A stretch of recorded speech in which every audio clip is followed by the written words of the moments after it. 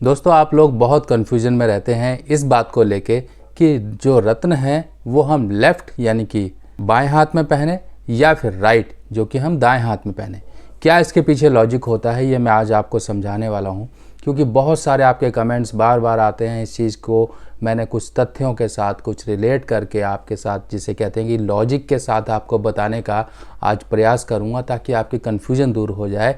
और जो आप मेरे हाथ में भी ये लेफ़्ट हाथ में देखते हैं, इसके लिए भी आपने भाई बहुत बार क्वेश्चंस किए हैं कि क्यों ये लेफ़्ट में ही आप पहनते हैं, क्या रीज़न है। आज आपको मैं बता दूं ताकि आपकी आने वाली कोई भी किसी तरह की क्वेरी खासकर रत्नों को लेके कभी भी अधूरी ना रहे।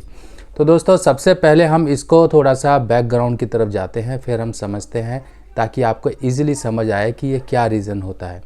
सबसे पहले आप ये समझिए कि व्यक्ति एक जिसमें कि दो भाग होते हैं, जैसे कि अर्धनारीश्वर, हम सब उन्हीं की संतान हैं और हमारे अंदर भी दो अंश होते हैं, एक मेल का पार्ट होता है, एक फीमेल का पार्ट होता है। तो जब भी पूजा पाठ की जाती है, आपने देखा होगा आपकी अर्धांगिनी यानी कि आपकी वाइफ, यानी कि देव कार्य पूजा जाप हवन कुछ भी किया जाता है, तब वाइफ किस तरफ बैठती है? तब आपकी वाइफ यानी कि राइट तरफ बैठती है, जो कि दायां हिस्सा होता है।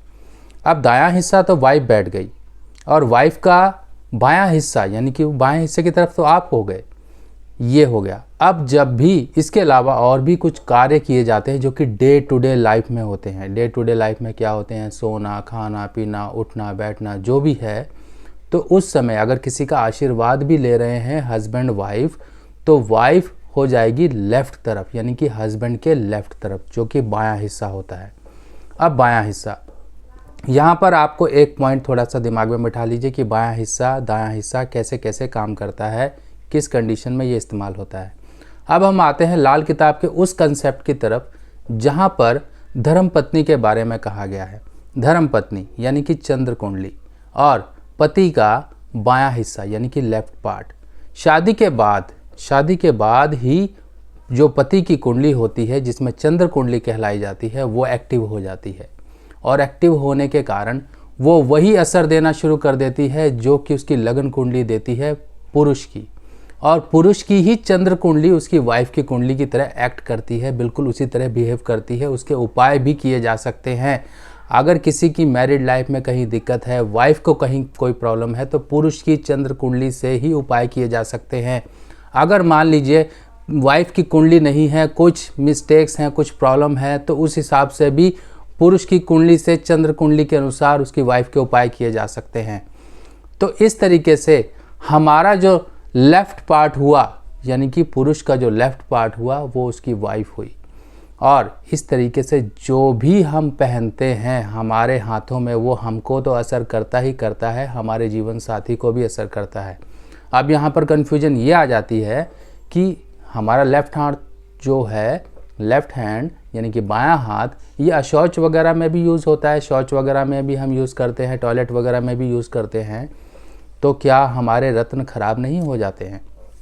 अब इसके पीछे ज़रा सी एक थोड़ी सी बात समझिए कि जब भी हम सोते हैं यानी कि हम सोते हैं नॉर्मली, जब हम रात को सोते हैं, क्या आप टाइट पैंट जीन्स ये सब पहन के सोते हैं? नहीं, कभी नहीं सोते हैं। आप हमेशा लूज़ कपड़े पहनते हैं ताकि आपकी नींद में किसी प्रकार की बाधा ना आए। और जब आप टॉयलेट जाते हैं, ठीक है, वॉशरूम करते हैं, तो उस समय आपके शरीर पर किसी प्रकार का नग नहीं होना चाहिए। यानी कि आपका यहाँ से कन्फ्यूजन ये दूर हो जाना चाहिए कि लेफ़्ट हाथ में जो हमने रत्न पहना है वो हमारे अशौच क्रिया में कहीं दूषित ना हो जाए।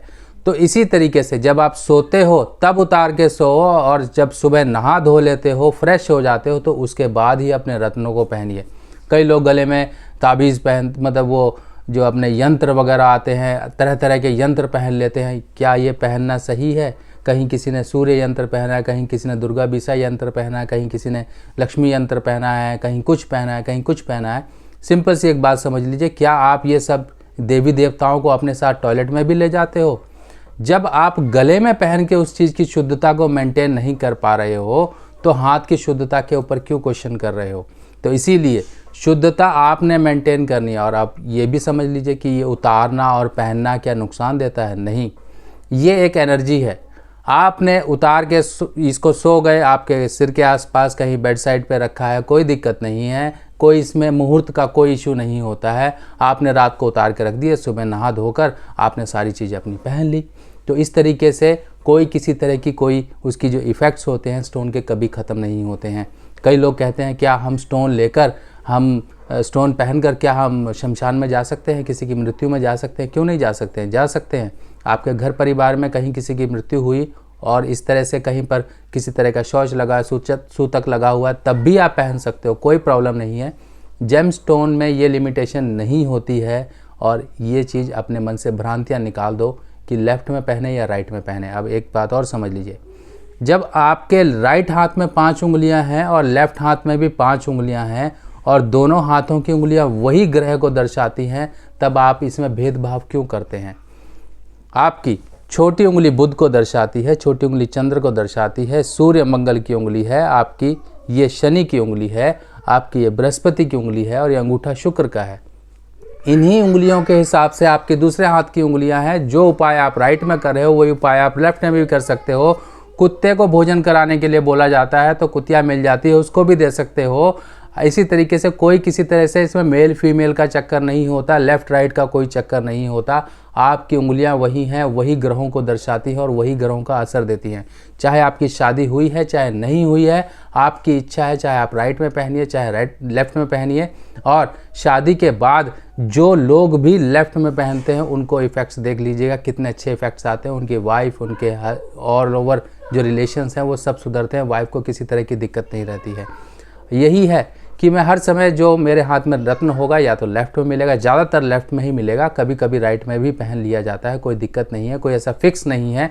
पर जो मिलेगा वो मेरे लेफ़्ट में ही मिलेगा। और हमेशा रत्न बदलने चाहिए। कभी भी ये मत सोचिए कि रत्न हमने जो पहन लिया वही है, नहीं। आपकी लगन कुंडली आपकी किस्मत को दर्शाती कि आपकी किस्मत क्या है।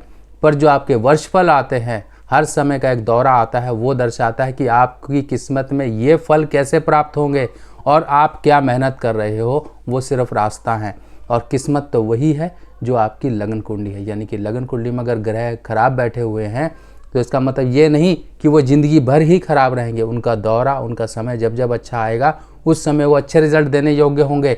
अगर मान लीजिए सूर्य आपकी कुंडली में कहीं खराब है और वर्षफल में कहीं अच्छा आ जाता है तो उस समय में आपको ये ध्यान रखना है कि सूर्य के अच्छे रिजल्ट पाने के लिए उसके कितने जो उपाय होते हैं वो कर लें ताकि उसके रिज़ल्ट अच्छे आ जाएं।